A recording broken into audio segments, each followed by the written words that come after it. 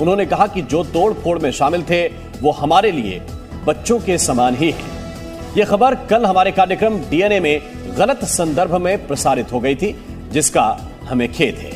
जी news किस तरीके से खबरों को तोड़ मरोड़ कर पेश करता है, देश को गुमराह करने की कोशिश करता है, अब उसकी पोल खुलती नजर आ रही है।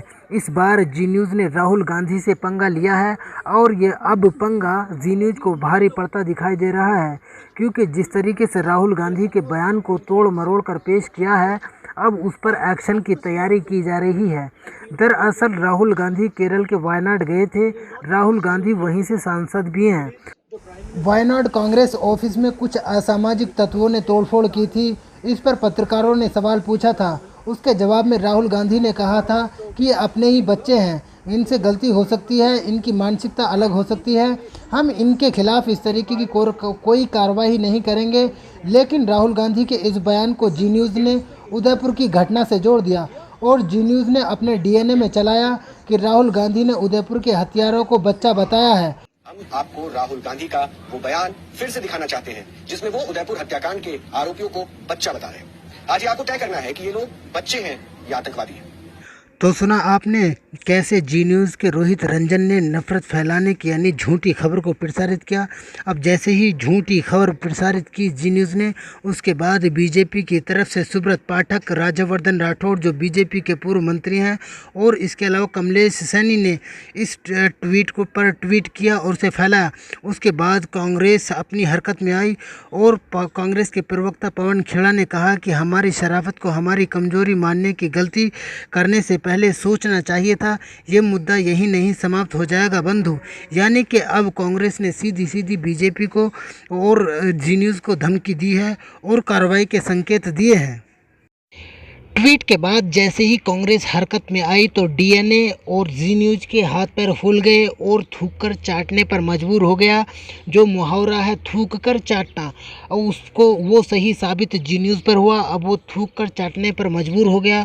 उसने खुद कहा है, रोहित रंजन ने, हमारे शो डीएनए में राहुल गांधी का बयान उदयपुर की घटना से जोड़कर गलत संदर्भ में चलाया गया।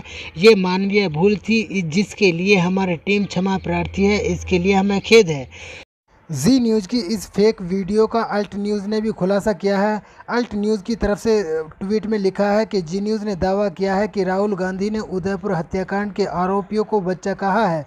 इस दावे को बीजेपी नेता सुब्रत पाठक, राज्यवर्धन राठौर, कमलेश सैनी समेत कई लोगों ने शेयर किया है, जबकि राहुल गांधी ने दफ्तर में उत्पात मचाने वालों को बच्चा कहा था।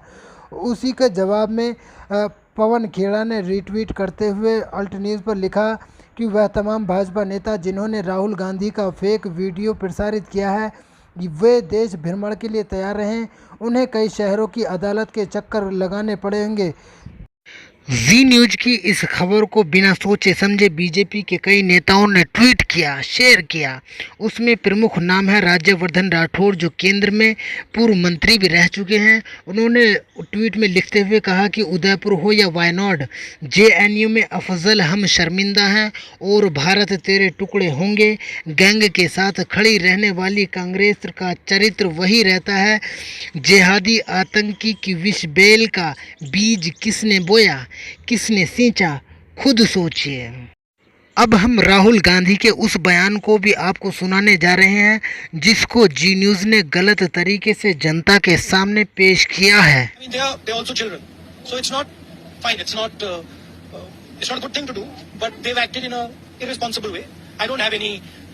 anger or hostility towards them. They've done a silly thing, and so we should leave it at that. They're kids. I don't think they sort of understand, the consequences of these type of things. So I think we should be forgiving as far as they're concerned.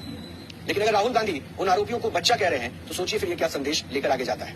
मैं इसलिए जी news के माफ़ी मांगने के बाद भी कांग्रेस रुकने का नाम नहीं ले रही है, लगातार जी न्यूज़ को घेरने की कोशिश कर रही है। अब इंडियन यूथ कांग्रेस के अध्यक्ष श्रीनिवास बीवी ने कहा है कि मिस्टर चरण चुंबक, सॉरी रंजन, इसे मानवीय भूल नहीं कहते हैं, जानबूझकर किया गया पाप कहते हैं। तुमसे पहले जो यहाँ चौधरी था उसे भी बहुत गुमान था, वो गया, एक दिन तुम भी जाओगे, लेकिन जाते जाते क्या कमाओगे ये देख लेना बस। फिर उसके बाद कहते हैं कि पहले फेक न्यूज़ फैलाओ उसके बाद जब पकड़े जाओ तो सावरकर की राह पर खेद जताओ। अब ये नहीं चलेगा, तैयार रहिए, अपनी पूरी तरीके से कार्रवाई के लिए आप पर कार्रवाई की जाएगी। तो ये था, इस तरीके से राहुल गांधी के खिलाफ नफ़रत फैलाने की कोशिश की गई। बीजेपी के पिट्ठुओं ने जिस तरीके से नफ़रत फैलाई, अब कहीं ना कहीं अब जी न्यूज़ को और बीजेपी के उन नेताओं को जो अपनी पब्लिसिटी बनाने के लिए कुछ भी करने के लिए तैयार रहते हैं, उनको अब भारी पड़ने वाला है।